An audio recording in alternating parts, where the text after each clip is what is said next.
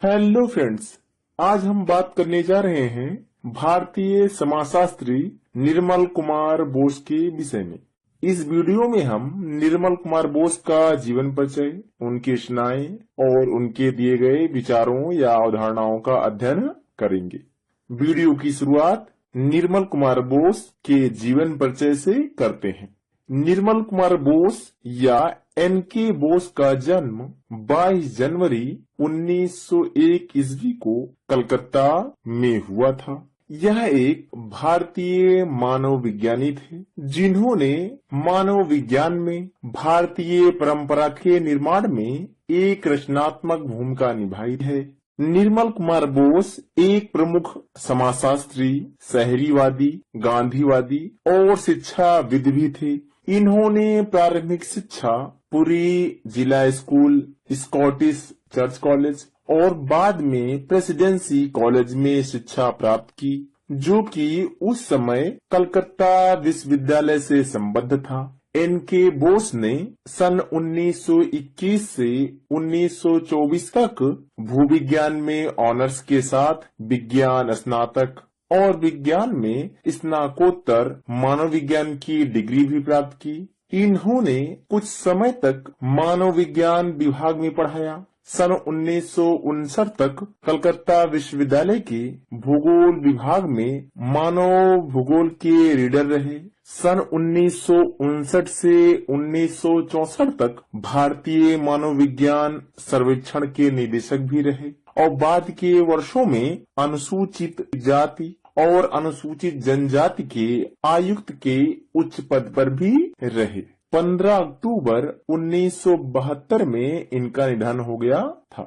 निर्मल कुमार बोस की कृतियों या रचनाओं की बात करें तो कैनस ऑफ उड़ीसा आर्किटेक्चर, मयूरभंज में उत्खनन, गांधीवाद में अध्ययन, सांस्कृतिक नृविज्ञान, भारत में किसान जीवन, भारतीय एकता और विविधता का अध्ययन, भारत में संस्कृति और समाज, राष्ट्रीय एकीकरण की समस्याएं और हिंदू समाज की संरचना इत्यादि रचनाएं थी। अब हम निर्मल कुमार बोस की अवधारणा, सिद्धांत या विचारों की बात कर लेते हैं। निर्मल कुमार बोस का नृवंश विज्ञान संबंधी विचार की बात करें तो नृवंश विज्ञान को एथनोग्राफी के नाम से जाना जाता है। नृवंश विज्ञान एक गुणात्मक अनुसंधान विधि है जिसका प्रयोग सामाजिक विज्ञान में विशेष रूप से मानवशास्त्र और समाजशास्त्र में किया जाता है। इसके अंतर्गत अक्सर मानव समाज संस्कृतियों पर अनुभवजन्य आंकड़े जुटाने का कार्य किया जाता है। एन.के. बोस ने नृवंश विज्ञान संबंधी आंकड़ों का उपयोग करके उड़ीसा और छोटा नागपुर के आदिवासी समुदायों की प्रकृति और व्यापक समुदाय के साथ उनके संबंधों को दर्शाते हैं। एन.के. बोस का मानना है कि भारत के आदिवासी समुदाय एक ही प्रकृति के नहीं है और वे व्यापक समाज के साथ एक ही तरह के संबंध साझा नहीं करते हैं। बोस के अनुसार भारत में जनजाति समुदायों को वर्गीकृत करने के लिए दो संबंधित मानदंडों का उपयोग करते हैं, जिनमें पहला उनकी तकनीकी विकास का स्तर और दूसरा उनके भौगोलिक और सामाजिक अलगाव की डिग्री।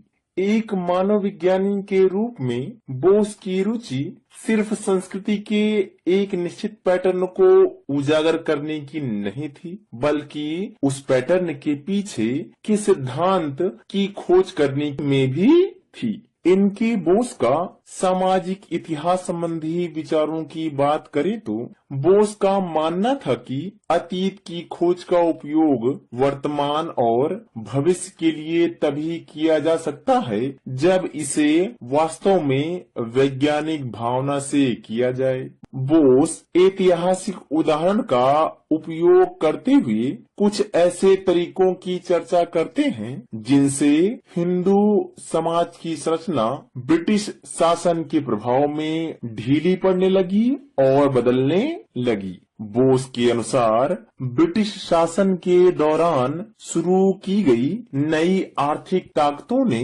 जाति के आधार पर श्रम के पारंपरिक विभाजन को लगातार खत्म कर दिया। बोस ने जनगणना के आंकड़ों के विश्लेषण में यह दिखाया कि जाति और पारंपरिक व्यवसाय के बीच संबंध कमजोर पड़ने लगे। हालांकि सभी जातियों के लिए यह दर समान नहीं थी। बोस का यह मानना था कि स्वतंत्रता संग्राम का एक बहुत बड़ा योगदान यह है कि जिसने समाज की विविधता को कम किया। एन.के. बोस का हिंदू समाज की संरचना संबंधी विचारों की बात करें तो सन 1971 में बोस ने अपने लेक्चर में कहा कि भारतीय सभ्यता यूरोप की सभ्यता से अलग है। यूरोप की सभ्यता मूलतः युद्ध के बार बार के अनुभवों पर आधारित थी, जिससे राष्ट्रवाद की भावना पैदा हुई, जबकि दूसरी ओर भारत की सभ्यता ने अपेक्षाकृत शांतिपूर्ण परिस्थितियों में सांस्कृतिक बहुलवाद का एक पैटर्न विकसित किया।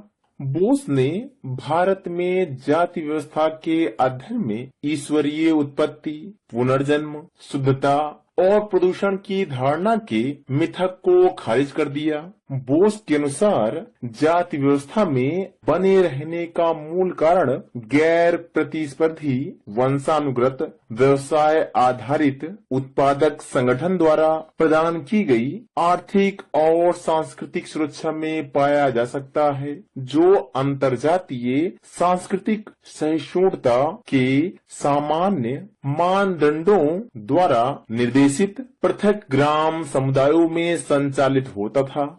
बोस के शोध पत्रों में आदिवासी अर्थव्यवस्था, हिंदू जाति व्यवस्था में जनजातियों के समावेश, आदिवासी अलगाववादी आंदोलन की जड़ को उजागर करने का प्रयास किया। एन.के. बोस का भारत विद्या या इंडोलॉजी संबंधी विचारों की बात करें तो एन.के. बोस हिंदू समाज की संरचना के बारे में अपने विचारों का परीक्षण करने के लिए इंडोलॉजी के क्षेत्र से साक्ष्य की तलाश करते हैं। इंडोलॉजी शब्द का अर्थ भारत और उसके संस्कृति, भाषाओं और साहित्य के अकादमिक अध्ययन से है। बोस महाकाव्यों और स्मृतियों को पढ़कर वर्ण व्यवस्था की संरचना को पहचान करने का प्रयास करते हैं। बोस ने गांव के जीवन पर चर्चा की और श्रम विभाजन पर ध्यान केंद्रित किया। इनके अनुसार पारंपरिक भारतीय गांव में श्रम विभाजन काफी विस्तृत था। एन.के. बोस हिंदू सामाजिक संगठन के मूल आधार को चुनौती देने के प्रयासों को दो